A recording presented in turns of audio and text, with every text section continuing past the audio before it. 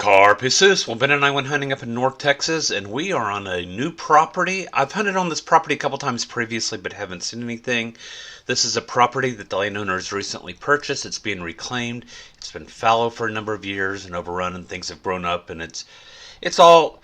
I hate to say this, it's all kind of pretty nasty right now and rugged, and the landowner is working on the property to get it set up for nice pasture conditions, but in the meantime, we're dealing with how it's been left for the last several years.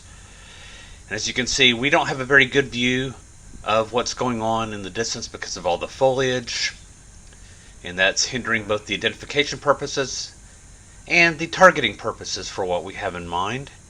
In the background you can hear a compressor going. That's giving us some nice cover sound, which is terrific. Now Ben and I are both using Bering Optics Super Hogster LRFs for this hunt. And I'm going to be shooting a 6.5 Grendel with Federal Spear TNT, and he's on a 30 Remington AR with 125 grain Hornady SST bullets that he's hand loaded. Shooter ready? I've got her piglets. So Ben's going to have the hog on the right. I've got one of the piglets on the left. No, but yours is the biggest on the right. Shooter ready? Ready. 3, 2, 1. It looks like Ben's hog goes down, and maybe one of the piglets, maybe not, maybe they just all ran. Safe. So I'm staying on the spot where I think the hogs went down. Oh, dadgummit. And I'm scanning for them.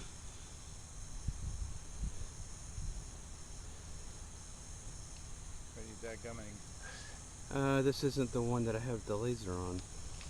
Now from our chatter that you're hearing, I'm talking about a laser. If I had the laser on the rifle, I'd use it to mark the spot and we could go out and find the pig really easily. But Ben spots something off to the right and alerts me to it. I have my reticle on where they're at, where they dropped. So he's left his rifle on the original location. I shoot this hog. It runs a short distance. Work on him.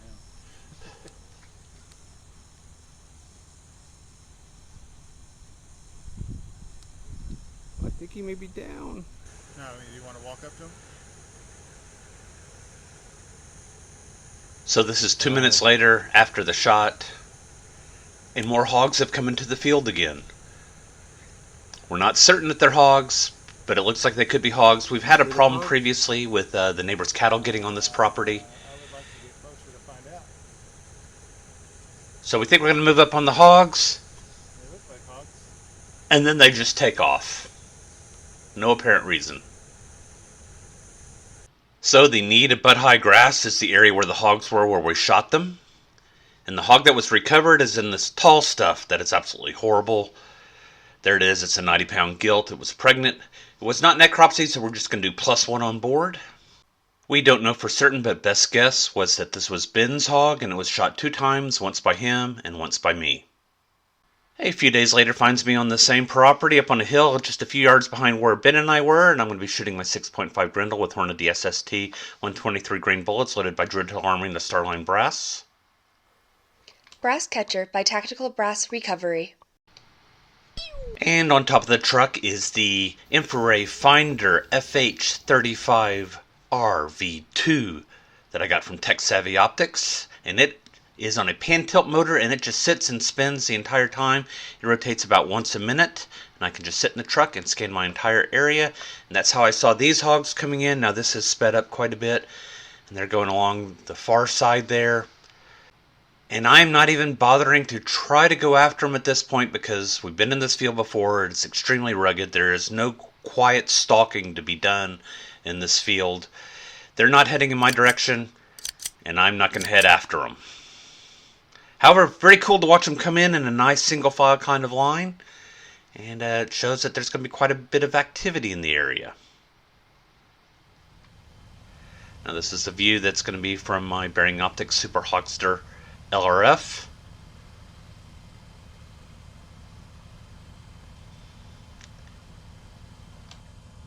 Eventually, some of the hogs did move in my direction, and I thought I was going to have a similar shooting situation to what Ben and I had previously.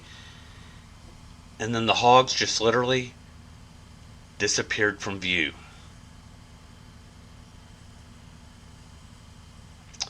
And there is actually a small ravine in the middle of this field, and I think they've gotten into the low spot, and I lost them.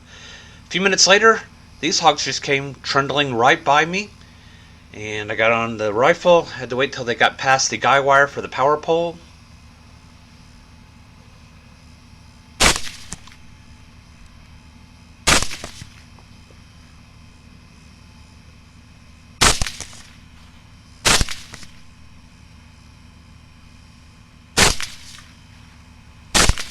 It sounded like 3 or 4 hits on the last hog out of 6, and he's down at about 155 yards, which I won't know until much later. So I first went after the last hog shot since I knew about where it was. The first hog's going to be somewhere off screen, off to the left, and I'm using the big tree there in the background to kind of guide me to where I need to be.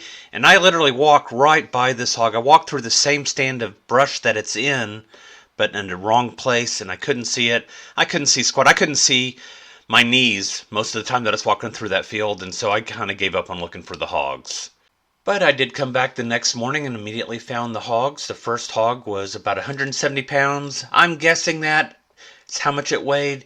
It was bloated, so I'm subtracting about 30 pounds from what I thought it looked like. And it had been shot one time, as you can see the bubbles here in the right off the shoulder. And the last hog down came in at about 140 pounds that I estimate, and it was down at 155 yards, and he did it for my night.